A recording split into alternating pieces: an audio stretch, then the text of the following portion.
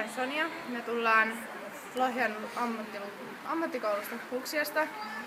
Me ollaan ergonomiopiskelijoita ja me tultiin nyt tänne pitämään 6H-leiriä vitosluokkalaisille.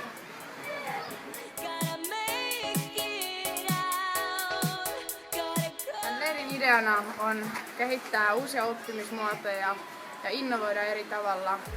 Ja ehkä pääasiana on se, että nuoret opettaa nuorille, että koulunkäynti olisi hauskempaa ja erilaista.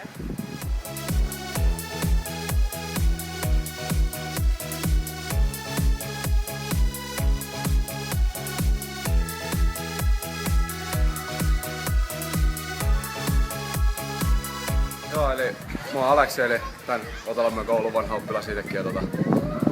No, mä päädyin nyt tähän juttuun mukaan. No okei, on se aika helppo 40 tunnin arvoinen opintoviikko, toi 6 tunnin leiri joo, mutta no, toi Lapinniemen pia, joka tuossa kulmilla itsekin asui, niin mut tähän vähän niinku nakitti ja mä olin silleen, että no miksei, kun se on tässä lähellä ja silleen.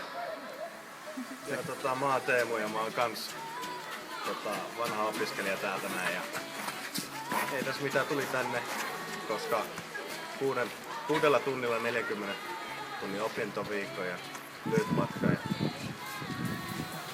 ei tarvi mennä kouluun.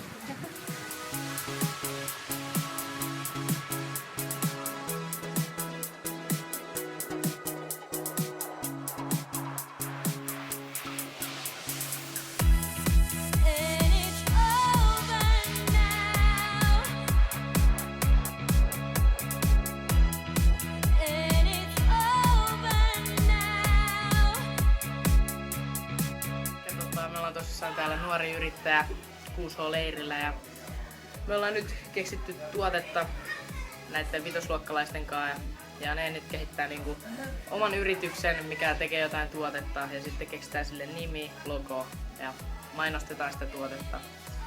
Ja siinä on nyt aika hyvin kaikki, mitä me ollaan kerätty tekemään. Normaalin koulunkäyntiin vertaan, niin ehkä on tää nyt niinku paljon mukavempaa, kun voi luovaa mielikuvitusta käyttää ja on tässä tietty hyviäkin puolia, että joskus saattaa keksiä jotain oikein hyvää tuotetta, minkä voi sitten jatkossa oikeasti käyttää yrityksessä.